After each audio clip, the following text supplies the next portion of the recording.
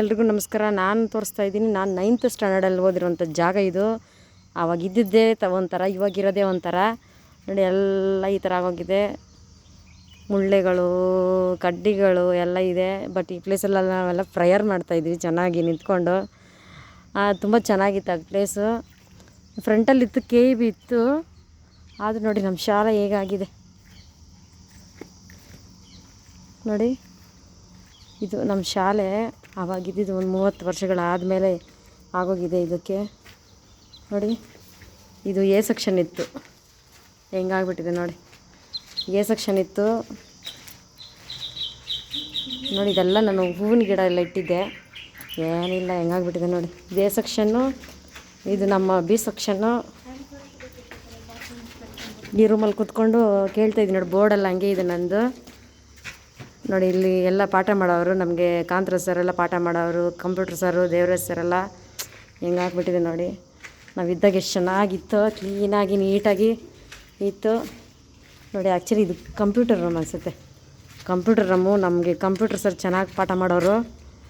ಕಂಪ್ಯೂಟ್ರಲ್ಲಿ computer ಬಗ್ಗೆ, ಕಂಪ್ಯೂಟ್ರನ್ನ ಕಂಡುಹಿಡಿದ ವಿಜ್ಞಾನಿ ಚಾರ್ಲ್ಸ್ ಬ್ಯಾಬೇಜ್, ಮತ್ತು random access memory, ROM read only memory, ಆಮೇಲೆ ಈ ಥರ HTTP ಅಂದರೆ ಹೈಪರ್ ಟೆಕ್ಸ್ಟ್ ಟ್ರಾನ್ಸ್ಫರ್ ಪ್ರೋಟೋಕಾಲ್, ಈ ಥರ ಕಂಪ್ಯೂಟರ್ ಬಗ್ಗೆ ಎಲ್ಲ ಚೆನ್ನಾಗಿ ಹೇಳ್ಕೊಡೋರು. ಇದು ಕಂಪ್ಯೂಟರ್ ರೂಮು ನೋಡಿ. ಈ ರೂಮುಗಳೆಲ್ಲ ಹೆಂಗಾಗ್ಬಿಟ್ಟಿದೆ ನೋಡಿ. ಅವಾಗ ಇಟ್ಟಿರೋ ಒಂದು ಗಿಡ ಮಾತ್ರ ಹಿಂಗಿದೆ ಅನಿಸುತ್ತೆ ನೋಡಿ. ಇದು ನಮ್ದು ಅವಾಗ ಒಂದು 30, ನಾವು ಶಾಲೆಗೆ 9th ಸ್ಟ್ಯಾಂಡರ್ಡ್ ಪೂರ್ತಿ ಇಲ್ಲೇ ನಾವು ಕಂಪ್ಲೀಟ್ ಮಾಡಿದ್ದು 9th ಸ್ಟ್ಯಾಂಡರ್ಡು ನೋಡಿ. ಇದು ಕೂಡ ಒಂದು room. A section, B section ಮತ್ತು C section, D section, 4 section ಇತ್ತು. ಎಲ್ಲ C ಮತ್ತು D. ಇದು C ಸೆಕ್ಷನ್ನು, ಇದು D ಸೆಕ್ಷನ್ನು ನೋಡಿ. ಇದು D ಸೆಕ್ಷನ್. ಇದು ನೋಡಿ, ಬೋರ್ಡೆಲ್ಲ ಹಂಗೆ ಇದೆ. ಅವಾಗ ನೀಟಾಗಿತ್ತು, ತುಂಬ ಗಲೀಜಿದೆ ಇವಾಗ. ನನಗಂತೂ ತುಂಬ ಇಷ್ಟವಾದ ಪ್ಲೇಸ್ ಇದು. ನನಗೆ ಮನಸ್ಸು ತೃಪ್ತಿ. ಶಾಲೆ ಅಂದರೆ ತುಂಬ ಇಷ್ಟಪಟ್ಟಿತ್ತು. ಇದೆಲ್ಲ ಓಡಾಡಿದ್ದೀನಿ. ಮತ್ತು ಇಲ್ಲೆಲ್ಲ ಯಾವುದೋ ಜಾಗದಲ್ಲಿ ನಮ್ಮ ಸರ್ ಒಂದೆರಡು ಏಟು ಹಾಕಿದ್ರು.